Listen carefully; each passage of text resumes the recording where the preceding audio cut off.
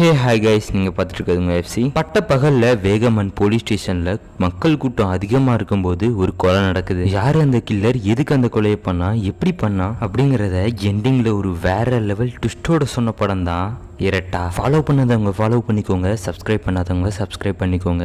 வளவலன்னு பேசாம கதைக்குள்ள போலாம். படத்தோட கதை ரெண்டு பசங்களோட சந்தோஷமான கிரிக்கெட்ல ஆரம்பிக்குது. அவங்க கிரிக்கெட் விளையாண்டுட்டு இருக்க இடத்தோட பேரு வேகமன். இது கேரளால இருக்கிற ஒரு ஊர். அங்க இருக்கிற போலீஸ் ஸ்டேஷன்ல ஒரு ஃபங்க்ஷன் நடக்குது. அந்த ஃபங்க்ஷனுக்கு மினிஸ்டரே நேரடியா வந்து ஸ்பீச் கொடுக்க போறாங்க அப்படின்னு சொல்லி எல்லா மக்களும் அங்க கேதர் ஆயிருக்காங்க. எல்லா போலீஸ்காரங்களுமே ரொம்ப உற்சாகமாகவும் வேகமாகவும் வேலையை பார்த்துட்டு இருக்கிறாங்க. இந்த ஃபங்க்ஷன் எதுக்குன்னு பாத்தீங்கன்னா, சிறந்த காவல் அதிகாரி அப்படின்னு சொல்லி ஒரு பட்டம் கொடுக்கிற ஒரு ஃபங்க்ஷன். நேரம் ஆகிட்டே இருக்கு. மதியம் 3:15 ஆகுது. மினிஸ்டர் கரெக்டா இங்க 3:45 வராங்க. அதுக்குள்ள எல்லாத்தையும் ரெடி பண்ணுங்க அப்படின்னு சொல்லி எல்லாருமே பரபரப்பா ஒர்க் பண்ணிட்டு இருக்காங்க. வீடியோகிராஃபர்ஸ் வேகமன் போலீஸ் ஸ்டேஷனை சுத்தி வளைச்சு போட்டோ எடுத்துட்டும் வீடியோ எடுத்துட்டும் இருக்காங்க. இப்போ இந்த ரெண்டு பசங்களையும் காட்டுறாங்க. ரெண்டு பேருமே ஜாலியா கிரிக்கெட் விளையாண்டுட்டு இருக்கும்போது ஒரு பையன் எதாச்சியா அடிச்ச பந்து டைரக்டா இந்த போலீஸ் ஸ்டேஷனுக்குள்ள போய் விழுது. எப்பவுமே நம்ம கிரிக்கெட் விளையாண்டா பந்தை ஓங்கி அடிச்சவனை தானே அதை போய் எடுக்க விடுவோம். அதை மாதிரிதான் இந்த பையனும் அந்த பால் எடுக்கிறதுக்கு போலீஸ் ஸ்டேஷன் செவரேறி குதிக்கிறான். செவரேறி குதிச்சு அங்க இருக்கிற அந்த பந்தை எடுத்துட்டு அப்படி இவன் வெளியில வர போறான். அப்போ ஜன்னல் வழியா ஏதோ ஒரு விஷயத்த பார்த்து அப்படி மிரண்டு போய் நிக்கிறான். திடீர்னு ஸ்டேஷனுக்குள்ள இருந்து துப்பாக்கி சுடுற சத்தம் கேக்குது. இந்த ரெண்டு பசங்களும் அந்த இடத்துல இருந்து வேகமா ஓடி போறாங்க. துப்பாக்கியால சுடுற சத்தம் 3 தடவை விடாம கேக்குது. ஒட்டுமொத்த போலீஸ்காரங்களும் அந்த கன் சவுண்ட் கேட்ட இடத்துக்கு வேகமா ஓடுறாங்க. அப்படியே அங்க கட் பண்ணி நம்ம படத்தோட ஹீரோ தான் காட்டுறாங்க. இவரு பேரு பிரமோத் இப்போ ஹாஸ்பிட்டல்ல இருக்கிறாரு. அவர் இப்போ அவரோட பாஸ்ட் லைஃபை பத்தி நினைச்சுக்கிட்டு இருக்கிறாரு. தான் ஒய்ஃபு கூட போட்ட சண்டை, அதனால தான் பெத்த பொண்ணையே 17 வருஷம் பார்க்க முடியாம தவிக்கிற ஒரு ஏக்கம் அப்படின்னு சொல்லி ரொம்பவே கவலையா இருக்காரு. அவரோட பொண்ணு ஒரு டிவி ஷோல ஒரு சிங்கரா பாட்டு பாடிட்டு இருக்கு. அதை பார்த்துட்டே அவரோட ஒய்ஃபுக்கு கால் பண்றாரு. என்ன மன்னிச்சிருமா, நான் எப்போவோ உங்ககிட்ட வந்து இந்த சாரியை கேட்டிருக்கணும். என்னோட இந்த பாலா போன ஈகோவால உன்னையும் என் பொண்ணையும் 17 வருஷமா பார்க்காம இருக்கேன். நீ நம்ம பொண்ணுகிட்ட உண்மையை சொல்லிதான் ஆகணும். அவளோட அப்பா இன்னும் உயிரோட தான் இருக்காரு, இன்னும் சாகலை அப்படின்னு சொல்லிட்டு. என்னை மன்னிச்சிருமா, இதுக்கும் மேலே என்னால் எப்படி சாரி கேட்குறது அப்படின்னு சொல்லி தெரியல. நான் என்னோட போலீஸ் வேலை தான் முக்கியம் அப்படின்னு சொல்லி இருந்ததுனால உங்க ரெண்டு பேரையுமே பாதி இழந்துட்டேன். பிரமோத் இங்கே பேசிட்டு இருக்க நேரத்தில் ஒரு கான்ஸ்டபிள், சார் உங்களுக்கு ஸ்டேஷன்ல இருந்து கால் வந்திருக்கு அப்படின்னு சொல்லி ஃபோனை கொடுக்குறாரு. ஃபோனில் என்ன சொன்னாங்கன்னு தெரியல. அதை கேட்டவுடனே இவர் மூஞ்சி ஒரு செகண்ட் அப்படி ஆடி போயிடுது. அங்கிருந்து அவர் வேகமா அப்படி கிளம்புறாரு. இதே நேரத்தில் அங்கே போலீஸ் ஸ்டேஷனை காமிக்கிறாங்க. அந்த கன்ஷாட்ல ஒரு போலீஸ்காரரை தான் கொலை பண்ணி போட்டிருக்காங்க. அந்த சம்பவம் நடக்கும்போது போலீஸ் ஸ்டேஷன்ல இருந்தது 3 போலீஸ் ஆபீசர்ஸ் தான். அவங்க 3 பேரையும் தனியா புடிச்சு வச்சிருக்காங்க. அதே மாதிரி அந்த கன்சர்ட் கேட்டப்போ அந்த ஸ்டேஷனுக்குள்ள யாரெல்லாம் இருந்தாங்களோ அவங்க எல்லாரையுமே அங்கேயே லாக் பண்ணி எங்கேயுமே போக விடாத மாதிரி பண்ணி வச்சிருக்காங்க. இந்த பிரச்சனை ரொம்பவே பெரிய பிரச்சனை ஆயிடுச்சு. மினிஸ்டர் வர்ற நேரம், அதுவும் இல்லாம மக்கள் கூடி இந்த நேரம் பார்த்து ஒரு கொலை நடந்திருக்கு. அதுவும் வெக்கக்கேடுக்கு செத்து போனது வேற யாரும் இல்ல, ஒரு போலீஸ் ஆபீசர். ஒரு போலீஸ் ஆபீசரை அவரோட ஸ்டேஷன் பூந்து கொலை பண்ணிருக்காங்கன்னா நாளை பின்ன மக்களுக்கு எப்படி போலீஸ் மேல நம்பிக்கை இருக்கும்? இப்படி இந்த சம்பவம் அங்க நடந்துட்டு இருக்க ஹீரோ அந்த ஸ்டேஷனுக்கு வந்துட்டு இருக்காரு. ஹீரோவுக்கு ஒழுங்கான இன்ட்ரோ கொடுக்கல. இவர் பேரு Pramod, deputy superintendent of police Vagamon police station. Pramod அந்த போலீஸ் ஸ்டேஷனுக்கு போய் ரீச் ஆகுறாரு. இவர் வந்ததும் அங்க இருக்க கேட் எல்லாம் ஓபன் பண்ணி இவரை உள்ள கூட்டிட்டு போறாங்க. பிரமோத் அந்த கொலை நடந்த இடத்துக்கு போய் பாக்குறாரு. அங்க செத்து போய் கிடக்கிறது வேற யாருமே இல்ல, பிரமோதோட தம்பி வினோத். இந்த சீன்ல அப்படியே கட் பண்ணி படத்தோட டைட்டில் போடுறாங்க இரட்டா அப்படின்னு. இந்த வேகமன் போலீஸ் ஸ்டேஷன்ல நடந்த கொலை அப்படி ஒரு காட்டி தீயாட்டம் பரவுது. எல்லா மீடியா சேனல்ஸுமே இந்த நடந்த கொலையை பத்தி தான் பேசிட்டு இருக்கிறாங்க.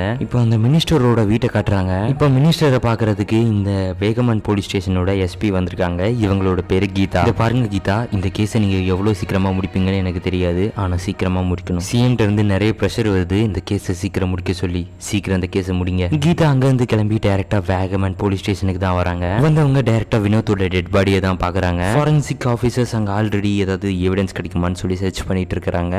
அவங்க கிட்ட போய் ஏதாவது எவிடன்ஸ் கிடைச்சதா அப்படின்னு சொல்லி கேக்குறாங்க. மேம், அவரோட இறந்த நேரம் 3:20 3:30 இருக்கலாம். அவரை கொலை பண்றதுக்கு சர்வீஸ் ரிவால்வர் தான் யூஸ் பண்ணிருக்காங்க. அந்த கன்ல எந்த ஒரு ஃபிங்கர் பிரிண்ட்ஸும் கிடைக்கல, ஏன்னா அது ஃபுல்லா ரத்தத்துல மூழ்கி போயிருக்குது. இருந்தாலும் கொஞ்சம் சாம்பிள்ஸை கலெக்ட் பண்ணி வச்சிருக்கோம். கொலை நடந்த நேரத்துல இந்த இடத்துல இந்த போலீஸ் ஆபீசர்ஸோட ஃபிங்கர் பிரிண்ட்ஸையும் நாங்க எடுத்து வச்சிருக்கோம். ப்ராப்பர் மேட்ச் கிடைச்சோன்னு நானே உங்ககிட்ட வந்து ரிப்போர்ட் பண்றேன். இதுக்கு மேல ஏதாவது சொல்லணும்னா போஸ்ட்மார்ட்டம் முடிஞ்சதுக்கு அப்புறம் தான் ஏதாச்சும் சொல்ல முடியும் அப்படின்னு சொல்லி சொல்றாங்க. அப்போ அங்க இருக்கிற எஸ்ஐ சொல்றாரு, மேடம் இந்த 3 போலீஸ் ஆபீசருக்குமே வினோத் கூட சண்டை இருந்திருக்கு. 3 பேரும் வினோத் கூட பயங்கரமா சண்டை போட்டிருக்காங்க அப்படின்னு சொல்லி ஒரு விஷயத்த சொல்றாரு. இப்போ கீதா அந்த 3 பேரையுமே விசாரிக்க போறாங்க. ஒவ்வொருத்தரா இன்வெஸ்டிகேட் பண்றாங்க. மிச்ச 2 பேரையும் வெளில அனுப்பிச்சிடுறாங்க. முதல் சஸ்பெக்ட் இவரோட பேர் சந்திரன். இங்க ஒரு ஏஎஸ்ஐயா இருக்காரு. சரி சொல்லுங்க சந்திரன், உங்களுக்கும் எஸ்ஐ வினோத்துக்கும் என்ன பிரச்சனை? மேம், ஒரு 3 மாசத்துக்கு முன்னாடி என்னோட ரிலேட்டிவ் பொண்ணு அவளோட வீட்டில் யாரோ கொள்ளையடிச்சிட்டாங்க அப்படின்னு சொல்லிட்டு இந்த ஸ்டேஷன்ல கம்ப்ளைண்ட் கொடுக்க வந்திருந்தா. அந்த கேஸை நான் தான் ஃபாலோ பண்ணிட்டு இருந்தேன். ஆனா எஸ்ஐ வினோத் அதுல தேவையில்லாம இன்டர்ஃபியர் ஆனாரு.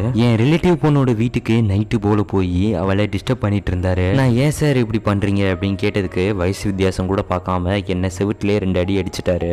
இந்த கொலை நடக்கும்போது நீங்க என்ன பண்ணிட்டு இருந்தீங்க ஸ்டேஷன்ல? மேம், நான் என்னோட ஒய்ஃப் கிட்ட பேசிட்டு இருந்தேன். நான் போன் பேசிட்டு போகும்போது எஸ்ஐ வினோத் அங்க உட்காந்து டிவி தான் பார்த்துட்டு இருந்தாரு. நான் என் ஒய்ஃப் கிட்ட கொஞ்ச நேரம் பேசிட்டு காலை கட் பண்ணிட்டு தண்ணி குடிச்சிட்டு இருக்கும்போது திடீர்னு துப்பாக்கியால சுடுற சத்தம் கேட்டுச்சு. நான் அந்த இடத்துக்கு வந்து பார்க்கும்போது எஸ்ஐ வினோத் அங்க செத்து கிடந்தாரு. நான் பார்க்கும்போது அந்த இடத்துல பினிஷும் சந்தீப்பும் இருந்தாங்க. இப்ப சந்திரனை வெளில அனுப்பிட்டு அடுத்து சந்தீப்பை உள்ள கூப்பிடுறாங்க. சொல்லுங்க சந்தீப், உங்களுக்கும் வினோத்துக்கும் என்ன பிரச்சனை அப்படின்னு சொல்லி கேக்குறாங்க. எஸ்ஐ வினோத்தோட கேரக்டரே சரி கிடையாது மேம். அவர் அன்ஃபிட் டு போலீஸ் அப்படின்னு சொல்லலாம். அவர் சரியான ஒரு பொம்பளை சோக்கு மேம். ஒரு தடவை என் வீட்டுக்கே போய் என் பொண்டாட்டி கிட்ட தேவையில்லாத மாதிரி பேசிட்டு இருந்தாரு.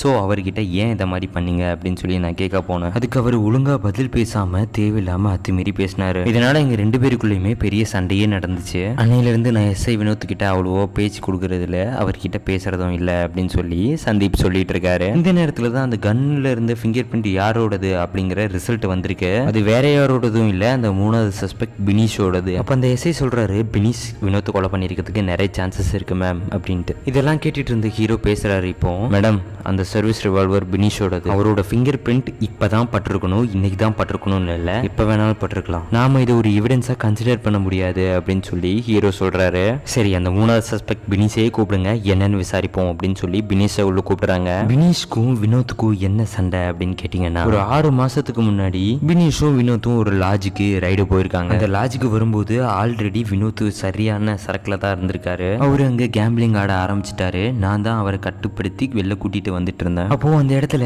ஒரு பையனும் ஒரு பொண்ணும் இன்னொருத்தங்க கூட சண்டை போட்டுட்டு இருந்தாங்க. நான் அவங்கள போய் ஸ்டாப் பண்ண ட்ரை பண்ணிட்டு இருந்தேன். அப்போ அந்த இடத்துக்கு வினோத்தும் வந்தாரு. அந்த பையன் ரொம்ப சண்டை போட்டுட்டு ரொம்ப ஓவரா பண்ணிட்டு இருந்தான். அந்த பொண்ணையும் திருட்டுத்தனமா அங்க கூட்டிட்டு வந்திருந்தான். எனக்கு தெரிஞ்ச அந்த பொண்ணுக்கு அப்போ 17 வயசு தான் இருக்கும்னு நினைக்கிறேன். வினோத் அந்த இடத்துக்கு வந்து 2 பேர் கூடயும் சண்டை போட்டுட்டு இருந்தாரு. கோபத்துல அந்த பையனை பலாருன்னு அடிக்கவும் செஞ்சுட்டாரு. இதனால கோபமான அந்த பொண்ணு அங்க இருக்க ஒரு பாட்டில் எடுத்து வினோத் மேல ஏய அது வினோத்தை தாண்டி இன்னொரு போலீஸ் ஆஃபீஸர் மேல பட்டுறது. அந்த இடத்துல வினோத் அங்க ஒரு கொடூரமான ஒரு தப்பு பண்ணாரு. அந்த சின்ன பொண்ணை ரூம்க்கு இழுத்துட்டு போய் அந்த பொண்ணை அங்கேயே ரேப் பண்ணாரு. அவர்லாம் என்ன மனுஷ பிறவினே தெரியல. ஒருவேளை அவருக்கு கல்யாணம் இருந்தா அவர் பொண்ணுக்கு இந்த வயசு தான் இருந்திருக்கும். சோ இதனாலதான் நான் அவர் கூட சண்டை போட்டேன் அப்படின்னு சொல்லி பினிஷ் எல்லா விஷயத்தையும் சொல்றான். ஏன் அந்த ஃபேமிலி எந்த கம்ப்ளைண்ட்டும் கொடுக்கலையா? இல்ல மேம், அவங்க நார்த்தை சேர்ந்தவங்க.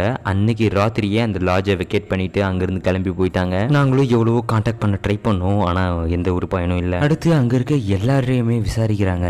அடுத்து அந்த எஸ்ஐ அந்த வீடியோகிராஃபர்ஸ் எடுத்த வீடியோ எல்லாத்தையும் போட்டு செக் பண்ணி பாக்குறாரு. இப்ப கீதா அந்த எஸ்ஐ கிட்ட கேக்குறாங்க, வினோத்துக்கும் பிரமோத்துக்கும் ஏதோ சண்டைன்னு கேள்விப்பட்டேன், எப்படி இருந்தது அவங்க ரிலேஷன்ஷிப்? 2 பேரோட ரிலேஷன்ஷிப் பத்தி தெரியல. பட் பிரமோத்தோட ஒய்ஃப் பிரமோத்தை விட்டுட்டு ஒரு 17 வருஷத்துக்கு முன்னாடி நார்த்துக்கு போயிட்டாங்க. அவங்கள தேடி நானும் வினோத்தும் போயிருந்தோம். நாங்க எவ்வளவுதான் எடுத்து சொல்லியும் அவங்க பிரமோத் கூட சேர மாட்டேன் அப்படிங்கிற மாதிரி திட்டவட்டமா சொல்லிட்டாங்க. வினோத்துக்கு பிரமோத்தோட பொண்ணு ரொம்பவே பிடிக்கும். அங்க இருந்து கிளம்பும் போது கூட அந்த குட்டி பாப்பாக்கு அப்போ சில பல பொம்மைகளும் ஃப்ரூட்ஸும் வாங்கி கொடுத்துட்டு தான் வந்தான். இவங்க எல்லாருமே வினோத்தை கெட்டவன், பொம்பளை சோக்கு அப்படின்னு நிறையவே சொல்றாங்க. ஆமா, அவன் முன்னாடி அப்படிதான் இருந்தான். ஆனா மாலினி அவன் லைஃப்ல வந்ததுக்கு அப்புறம் எல்லாமே மாறிச்சு. இப்போ ஸ்டேஷனுக்கு வினோத்தோட ஒய்ஃப் மாலினி அங்க வராங்க. வந்தவங்க வினோத்தோட டெட் பாடியை பார்த்துட்டு அப்படி எஸ்பி கீதாவை பார்க்க போறாங்க. சொல்லுங்க மாலினி, உங்களுக்கு வினோத்தோட கொலையில யாரு மேலேயாவது சந்தேகம் இருக்கா அப்படின்னு சொல்லி கீதா கேக்குறாங்க. மாலினி சொல்றாங்க, எப்பவுமே வினோத்துக்கு பிடிக்காதது ஒரே ஒரு ஆள் தான், அவரோட அண்ணன் பிரமோத். இதெல்லாம் வெளியில இருந்து கேட்டுட்டு இருந்த பிரமோத் அப்படி பழசெல்லாம் நினைச்சு ஃபீல் பண்றாரு.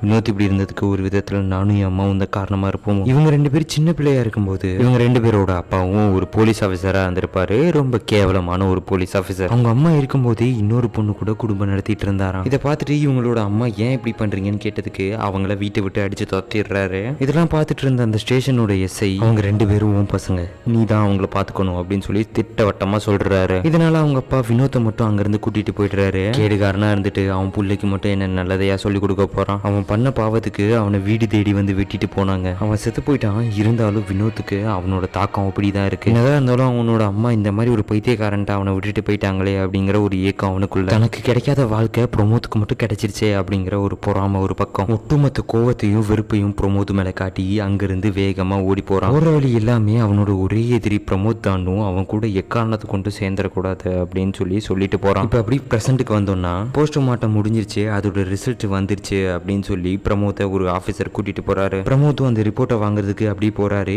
இதே நேரத்துல போலீஸ் ஸ்டேஷனுக்குள்ள காட்டுறாங்க. இதான் அந்த எஸ்ஐ கிட்ட வினோத்தோட மேரேஜ் லைஃப் எப்படி இருந்துச்சு அப்படின்னு சொல்லி கேட்குறாங்க. மேம் ஆக்சுவலாக சொல்லணும்னா வினோத்துக்கும் மாலினிக்கும் இன்னும் மேரேஜே ஆகலை. ஆனால் அவங்க புருஷன் பொண்டாட்டியா வாழ்ந்துட்டு இருக்காங்க. இன்ஃபேக்ட் மாலினியை வினோத் ஃபர்ஸ்ட் இந்த போலீஸ் ஸ்டேஷனில் தான் பார்த்தான். அவள் புருஷன் அவளை ரொம்ப டார்ச்சர் பண்ணுறதா சொல்லி கம்ப்ளைண்ட் பண்ண இங்கே வந்திருந்தா. அந்த கேஸை டீல் பண்ணது வினோத் தான். மாலினியோட ஹஸ்பண்ட் கிட்ட போய் அவளை இனிமேட் டிஸ்டர்ப் பண்ணாத அப்படின்னு சொல்லிட்டு வந்தான். பட் கொஞ்ச நாள் கழிச்சு மாலினியோட புருஷன் அவளை கொலை பண்ணுற ஸ்டேஜுக்கு போயிட்டான் அப்படிங்கிற மாதிரி ஒரு ஃபோன் கால் வந்துச்சு. அப்போ வினோத் தான் மாலினியை போய் காப்பாற்றிட்டு வந்தான். அவள் புருஷனையும் அரெஸ்ட் பண்ணான். பாவம் மாலினிக்கு சொந்தம்னு சொல்லிக்க யாருமே கிடையாது. வினோத் தான் அவளை வீட்டுக்கு கூட்டிட்டு போய் பார்த்துக்கிட்டான். என்னதான் அவன் கேட்டுக்கிட்டவனா இருந்தாலும் அவன் லைஃப்ல அவனுக்கானவ வந்ததுக்கப்புறம் அவன் ரொம்பவே நல்லவனா மாறிட்டான். அவ்வளோ நாள் அவனுக்காகன்னு சுயநலமா வாழ்ந்தவன் அதுக்கப்புறம் மற்றவங்களுக்காகவும் பொது நலமாகவும் வாழ்ந்தான். மாலினி அந்த ஊரோட அங்கன்வாடியில சின்ன பசங்களுக்கு ஸ்கூல் சொல்லி கொடுத்துட்டு இருந்தாங்க. அங்க போய் நிறைய ஹெல்ப் பண்ணாலும் பார்த்துக்கோங்களேன். இப்போவும் கோபம் அப்படின்னு சுத்திட்டு இருந்தவன் மாலினியால நல்ல ஒரு மனுஷனா மாறினான். அந்த right person game into your life. Our life will definitely change. இங்கே இதே நேரத்தில் அந்த இடத்துக்கு மினிஸ்டர் வராங்க. பிரஸ்காரங்க மானாவரியாக கேள்வி கேட்குறாங்க. மேடம், இந்த கொலை நடந்து கிட்டத்தட்ட 7 மணி நேரம் ஆக போகுது. பட்ட பகலில் ஒரு போலீஸ் ஸ்டேஷனில் ஒரு போலீஸையே கொலை பண்ணிட்டு போயிட்டாங்க. அப்போ மக்களுக்கு யார் பாதுகாப்பு தருவா? போலீஸ் விசாரிச்சுட்டு இருக்காங்க. கூடி சீக்கிரம் இந்த கேஸ் முடிப்பாங்க அப்படின்னு சொல்லிட்டு மினிஸ்டர் அங்கேருந்து கிளம்புறாங்க. இங்கே எப்படி பிரமோத்தை தான் காட்டுறாங்க. அவர் அந்த டாப்ஸி ரிப்போர்ட்டை வாங்க வந்திருக்காரு. செத்துப்போன ஆஃபீஸர் வினோத்தோட உடம்புல இருந்து 3 புல்லட் ட்ரேசஸ் நாங்கள் கண்டுபிடிச்சிருக்கோம். முதல் புல்லட் அவரோட உடம்பை தொலைச்சிக்கிட்டு வெளியில போயிருக்கு. 2வது புல்லட் அவரோட எலும்புல பட்டிருக்கு. அண்ட் 3வது புல்லட் அவரோட ஹார்ட்ல பட்டிருக்கு. அதனால தான் அவர் உயிர் பிரிஞ்சிருக்கு. அண்ட் ஃபைனலி அவரை ஷூட் பண்ணவன் அவரை பாயிண்ட் பிளாங்க்ல ஷூட் பண்ணிருக்கான். இதே நேரத்தில் சைபர் செக்யூரிட்டில இருந்து பிரமோத்துக்கு கால் வருது. சார், உங்க ஸ்டேஷனோட எஸ்ஐ உங்க ஃபோன் நம்பர் கொடுத்து உங்க கால் ஹிஸ்டரி எல்லாம் ட்ராக் பண்ண சொல்லியிருக்காரு அப்படின்னு சொல்றாரு. இவர் வேற யாரும் இல்ல, பிரமோத்தோட ஒரு ஃப்ரெண்டு தான். பிரமோத் மார்ச்சுவேர்ல இருந்து டைரக்டா ஸ்டேஷனுக்கு போறாரு. அங்க போய் எஸ்பி கீதா கிட்ட பேசுறாரு. மேடம், நீங்க என் மேல சந்தேகப்படுறீங்களா? என் தம்பி நானே கொலை பண்ணிருப்பேன்ட்டு. சைபர் செக்யூரிட்டியில என் நம்பர்லாம் கொடுத்து ட்ராக் பண்ண சொன்னீங்களா? அவனுக்கும் எனக்கும் எவ்வளவுதான் சண்டை இருந்தாலும் அவன் என் தம்பி மேடம். எக்காரணத்தை கொண்டு வேற எவனும் என் தம்பி மேல கை வைக்க நான் விட மாட்டேன். இந்த டீமோட இன்வெஸ்டிகேஷன் ஆஃபீஸரா என்னையும் சேர்த்துக்குவீங்களா மேடம்? கீதாவும் அதுக்கு ஒத்துக்கிறா. சீக்கிரம் அந்த கேஸை முடிங்க பிரமோத் அப்படின்னு சொல்றான். பிரமோத் அங்கிருந்து அவனோட இன்வெஸ்டிகேஷனை ஆரம்பிக்கிறான். ஃபர்ஸ்ட் பினிஷை கூப்பிட்டு விசாரிக்கிறான். சொல்லு பினிஷ், கொலை நடக்கும்போது நீ எங்க இருந்த அண்ட் என்ன பண்ணிட்டு இருந்த? சார், எனக்கு அப்போ அர்ஜென்ட்டா பாத்ரூம் வர மாதிரி இருந்துச்சு. ஸோ நான் என்னோட சர்வீஸ் ரிவால்வரை வினோத் சார் கிட்ட கொடுத்துட்டு பாத்ரூம் போயிருந்தேன். அப்போ வினோத் என்ன பண்ணிட்டு இருந்தா? சார், ஐ திங்க் அவர் டிவில ஏதோ ஒரு மியூசிக் ஷோ பார்த்துட்டு இருந்தாரு. நான் பாத்ரூம்ல போய் உட்காந்து ஒரு 2 நிமிஷம் இருக்கும்னு நினைக்கிறேன். கரெக்டா அங்க துப்பாக்கி சுடுற சத்தம் கேட்டுச்சு. நான் அவசரமா ஃபேண்ட்டை மாட்டிக்கிட்டு வெளியில வந்து பார்க்கும்போது வினோத் சார் அங்க செத்து கிடந்தாரு. சரி, உன் கூட அப்ப யாரெல்லாம் இருந்தா?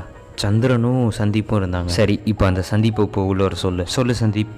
கன் சவுண்ட் கேட்டப்போ நீ எங்கே இருந்த? சார், நான் இப்போ பாத்ரூமில் இருந்தேன்னு நினைக்கிறேன் சார். நம்ம ஸ்டேஷன்லேயே ஒரே ஒரு பாத்ரூம் தான் இருக்குது. அந்த நேரத்தில் அந்த பாத்ரூமை பினிஷ் யூஸ் பண்ணிட்டு இருந்தான். அப்போ நீயும் அவன் கூட சேர்ந்து இந்த குடும்பம் நடத்தினியா? உண்மையை சொல்கிறா? டேய் சார், நான் பாத்ரூமில் இருந்தது உண்மை தான். ஆனால் ஜென்ஸ் பாத்ரூம் இல்லை, லேடிஸ் பாத்ரூம். உன் கூட அந்த லேடி யாரு? நீ ஏன் இங்கே ஒழுங்கு கிடையாது? இதில் நீ வினோத்தை பொம்பளை சோக்குன்னு சொல்கிறியா? பினிஷும் கொலை பண்ணல, அந்த நேரத்தில் அவன் பாத்ரூமில் இருந்தான். சந்தீப்பும் கொலை பண்ணல, அவன் நேரத்துக்கு அந்த லேடி கான்ஸ்டபிள் கூட இருந்தான். சந்திரனும் கொலை பண்ணல, அவரோட ஒய்ஃப்கிட்ட பேசிட்டு இருந்தார் அந்த நேரத்துக்கு. யார் அந்த கில்லர்?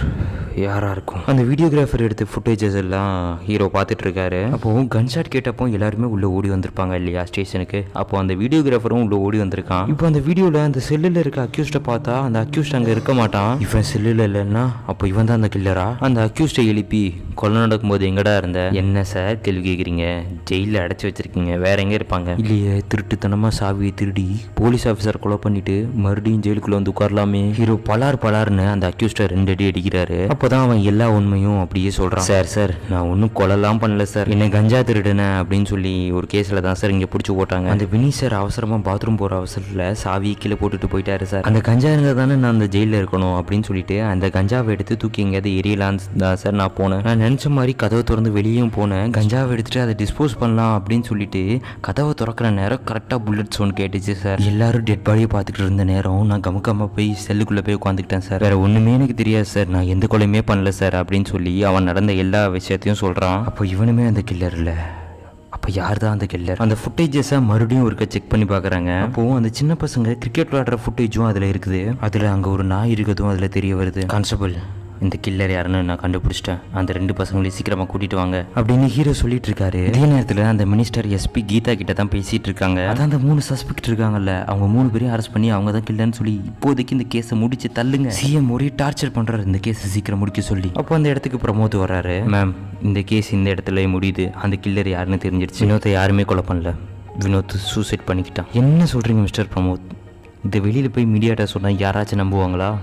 3 புல்லட் சுட்டு ஒருத்தர் சூசைட் பண்ணியிருக்காருன்ட்டு. மேம், இதை மாதிரி நிறைய கேஸ் நம்ம கேரளாலே நடந்திருக்கு. அண்ட் வினோத் சூசைட் தான் பண்ணிக்கிட்டான்னு ப்ரூவ் பண்ணுறதுக்கு ஐ விட்னஸ் இருக்குது. ஐ விட்னஸா?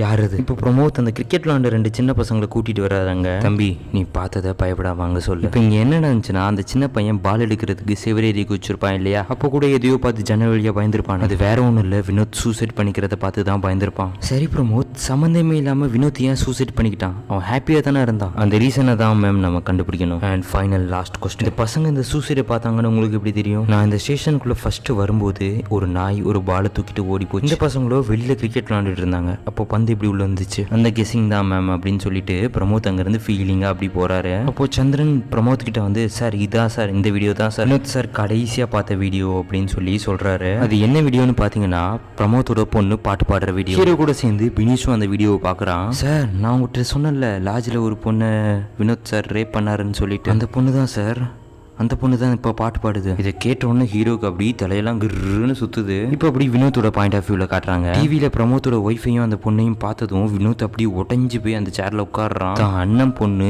தனக்கும் பொண்ணு மாதிரி, அப்பேற்பட்ட பொண்ணை ரேப் பண்ணிட்டோமே அப்படிங்கிற ஃபீலிங்ல தான் வினோத் அந்த இடத்துலயே சூசைட் பண்ணி செத்துருக்காரு. இதெல்லாம் பார்த்துட்டும் கேட்டுட்டும் இருக்கிற ஹீரோ அந்த இடத்துல உடஞ்சு போறாரு. இந்த முகத்தை வச்சுட்டு அவர் பொண்ணை இனிமே அவர் எப்படி பார்ப்பாரு? அவரோட முகமும் அவரோட தம்பி முகமும் ஒரே மாதிரி இருக்கிறதுனால அவரோட பொண்ணை இனிமே பார்க்கவே முடியாது அப்படிங்கிற ஃபீலிங்ல சோகமா வீட்டுக்கு போறாரு. அந்த நேரம் பார்த்து ஹீரோவோட ஒய்ஃப் கால் பண்றாங்க. நானும் நம்ம பொண்ணு நாளைக்கு உங்களை பார்க்க வரோம், நம்ம பொண்ணு அவளோட அப்பா இன்னும் உயிரோட தான் இருக்காருன்னு சொல்லி தெரிஞ்சுக்கட்டும் அப்படின்னு சொல்லி சொல்றா. இல்ல வேணாமா, என் பொண்ணு என்னை விட்டு தள்ளியே இருக்கட்டும், அவளை பொறுத்த வரைக்கும் அவள் அப்பா என்னைக்கோ செத்துட்டான், இனி அவள் லைஃப்லையும் சரி உன் லைஃப்லையும் சரி நான் எப்பவுமே நடுவில் வரமாட்டேன் அப்படின்னு சொல்லி ஹீரோ சோகமாக ஃபோனை அப்படி கீழே போட்டு உடைக்கிறாரு. இனி ஹீரோ அவர் பொண்ணை எப்படி போய் பார்ப்பாரு? இந்த முகத்தை வச்சுக்கிட்டு தான் ஒருத்தன் அவளை ரேப் பண்ணான். இப்போ அதே முகத்தை வச்சுக்கிட்டு அவகிட்ட போய் நான் தான் அவள் அப்பான்னு சொன்னா அவள் எப்படி நம்புவா? இப்படி ஹீரோ இங்கே பேசுறதோட படம் இங்கேயே முடியுது. படத்தோட கிளைமேக்ஸ் ட்விஸ்ட் எப்படி இருந்துச்சு அண்ட் படம் எப்படி இருந்துச்சு அப்படிங்கிறத கீழே கமெண்ட் பாக்ஸில் மறக்காமல் சொல்லிட்டு போங்க. அடுத்த வீடியோவில் பார்க்கலாம். Bye guys.